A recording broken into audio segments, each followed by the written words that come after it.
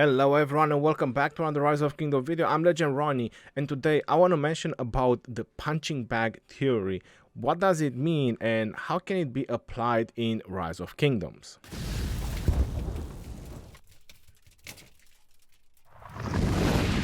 Before I'm gonna go any further, I do have to mention that the punching bag theory is something that I have talked about 2.5 years back.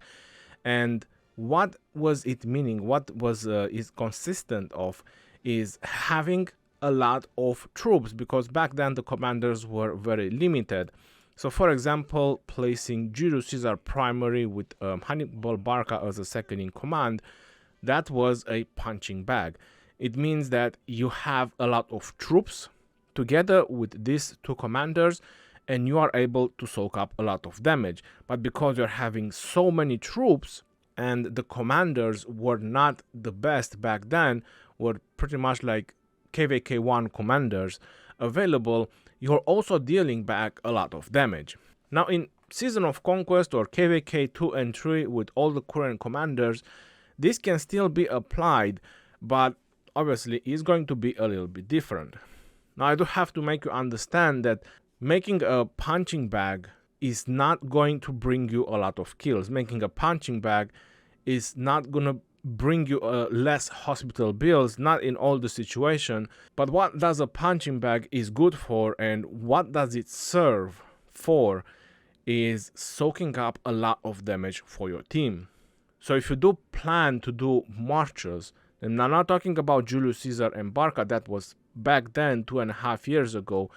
What I'm going to advise now is with proper commanders, proper specialization commanders, using some of the newish commanders as well, which are obviously very defensive, including Charles, Richard, Constantine, Bakal, and various other commanders. But the whole idea of punching bag is just soaking up a lot of damage with your marchers, so your team can also deal a lot of damage in the same time. Because while your opponents are focusing on you and you being very defensive, your teammates have a lot of time to also deal a lot more damage.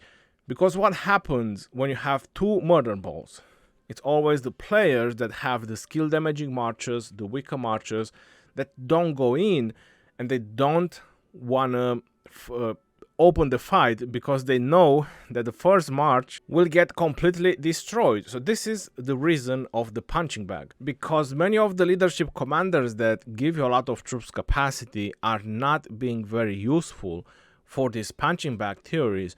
We have various other specific specialization commanders, which is something that I always recommend for many players to use. Specific specialization commanders. Regarding the punching bag, you don't have to do one march, you don't have to do two marches, because this is not for everyone. If you're a free-to-play, a low spender, you can do this in KVK 2 and 3, what I'm about to talk in this video. But if you're a medium, a high spender, you should be someone that maxed the crystal tech, because the capacity from the crystal tech will help tremendous. It's a 50% capacity just from the crystal tech that you get, and that can bring your marches to around 430,000, considering your VIP 18 standard, without any books, without any talents, without any bastion skills. Now imagine if you have those as well, how much more can you enhance the capacity of these marchers. So this is how this punching bag theory can be still applied in today's game. But again, it needs to be synchronized with your team, because if you're going alone, you're getting demolished alone and your teammates are not following up and are not joining you like 5 seconds after you're being focused, or right when they see that your opponents are focusing you because you're opening the battle. They need to know that you want to open the battle and you're an opener. So that way they focus you, and then your allies will go in and they will focus their skill damaging marchers, and you have a higher chance of demolishing their murder ball or putting them on the run. Then you can start rallying flags or whatever is the objective. When I don't recommend this kind of punching bag, when you are having the starting murder balls. We all know that the starting murder balls is hundreds over hundreds of marches. The most important part then is having the highest amount of AoE, the faster you demolish their murder ball, the better it is for your teammates. When this punching bag is very useful is when you're having flag fights, when the amount of marchers is very limited and nobody really wants to open because everyone can cherry pick. Like everyone sees a Minamoto, everyone sees a YSG, an L-Seed, or various other super juicy marchers. When people see that, obviously they're gonna go for that. But if you're gonna be the opener and they really don't have anything else to cherry pick, they will try to focus some of your super tanky marchers, and then your allies will go in and you will start demolishing them. Now I'm gonna mention the marchers. It's gonna be a lot of infantry marchers because everybody knows infantry is a little bit more defensive, a little bit more bulky, and there is plenty of defensive commanders for infantry. You have Constantine and Mulan, and obviously I'm gonna explain why is Mulan and why is not Joan of Arc. The reason is not Joan of Arc is because you're having Trajan, and it's already a very, very good buff for rage having Trajan, and you don't really need Joan. On the other hand, Mulan is also buffing all type of stats, attack, defense, and health to all the marchers. It also gives a little bit of march speed, which obviously helps, and you should have an expertise Mulan for that, not a 5-3 whatever. Mulan has the second skill. When you are surrounded, you get 5% less damage from all sources, and it also debuffs the target, which that's a little bit of extra. So pretty nice buffer that you can do with Constantine and Mulan. You shouldn't expect that this march will ever give you good trades. Anything that will touch this march will have better trades than you, because you have no counterattack damage, you have nothing to strike back. There's no AoE in this march. It's just really a punching bag. You're just taking hits, so no good trades. But you definitely need him, you definitely need the buffs, because all these buffs that Constantine and Joan do will help your other marchers. It is how it is, that's how it works. Going further down, we have Richard, and my recommendation is to go with Richard and Leonidas. I'm pretty sure Richard and Leonidas will tank like a beast and will definitely make your opponent struggle to take this march down. Going further down, we have Charles Martel and Pakal. Now you're probably wondering why is Charles Martel and Pakal. Both commanders are very defensive, both commanders have a lot of defensive option, and obviously they're gonna tank like beast because that's what you care. This is what the punching bag is about, just being very, very defensive. It's not necessarily about doing damage back, it's just being very tanky. So Charles and Pakal is going to be the third march. Going further down, we have Saladin, and you have a couple of options with Saladin. My recommendation is to do Saladin and Aethelflaed. Saladin and Aethelflaed is pretty defensive. It also has AoE, so hopefully it will debuff some of the marches that are hitting you. So you might do less damage or you might do more damage to the targets. Is definitely gonna help out. The other option with Saladin might just be Julius Caesar, which I don't think is a much better option, but these are the two options with Saladin. The reason I'm saying that is because you have the fifth march, which is Attila and Takeda, so you can't really do Saladin and Takeda because it's Attila and Takeda. So Attila and Takeda is going to be your fifth march, Saladin and Aethelflaed is going to be your fourth march. We do have to introduce an Archer march, and that's going to be Artemisia. Now, who you're going to put Artemisia with is going to be Ramses. So Artemisia and Ramses will going to be your sixth march. Trust me when I say this, Artemisia and Ramses can be very, very tanky. Both commanders, I usually put them individually in a march. And if you put them together, they will take a lot of punches. And the seventh march is going to be, and we're finally getting to Mr. Trajan, is going to be Trajan with YSS. Because you're probably wondering, hey, why are you putting Saladin with Aethelflaed when you have Trajan? It's going to be Trajan with YSS, and it's most likely gonna be your second march that will not give you so good trades, especially if it's swarmed.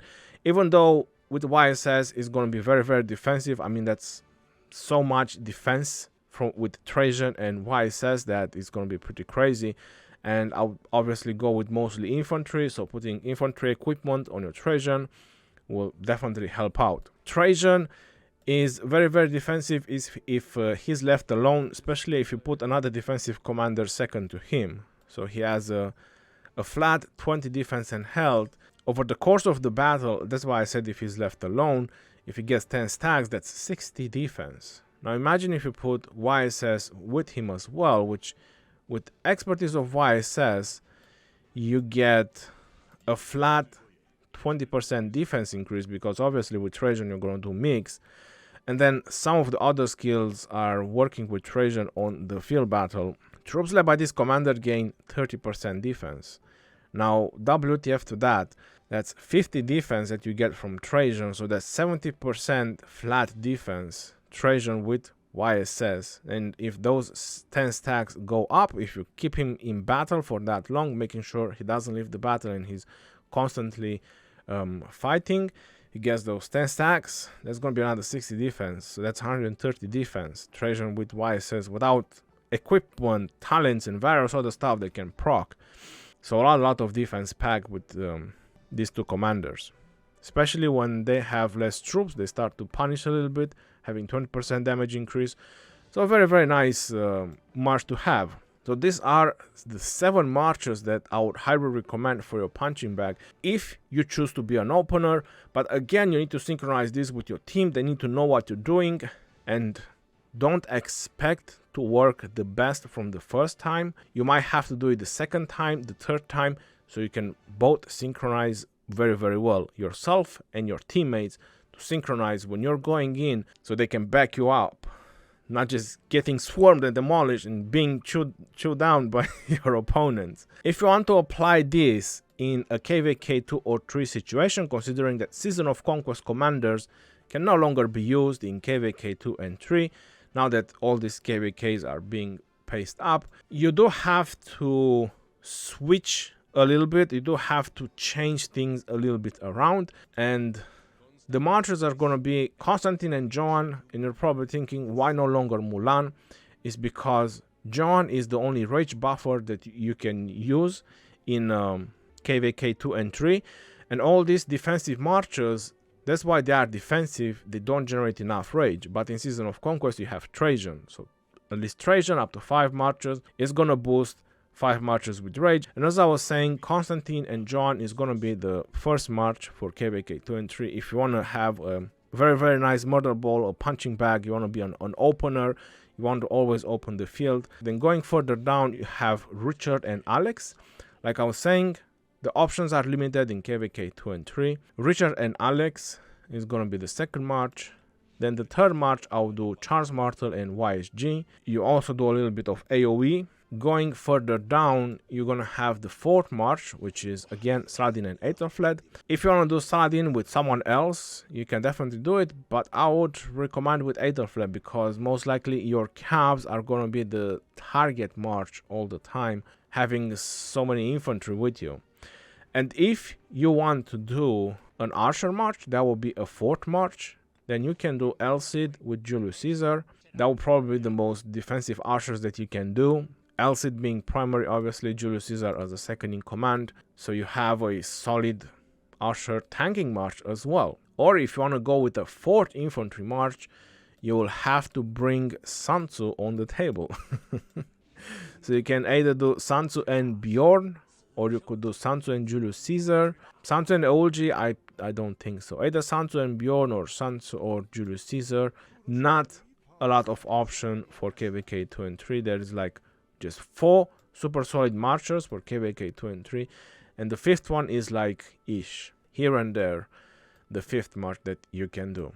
But I think Elcid and Julius Caesar will be super solid for KVK 2 and 3 if you really want to go out with 5 marchers. Now I hope you understand the idea of the punching bag, and you like this video. If you did, don't forget to drop a thumbs up, and I'll see you on the next one. This is your boy Geroni signing off. Peace out, yo, and take care. See you on the next one, and stay safe out there, my friends.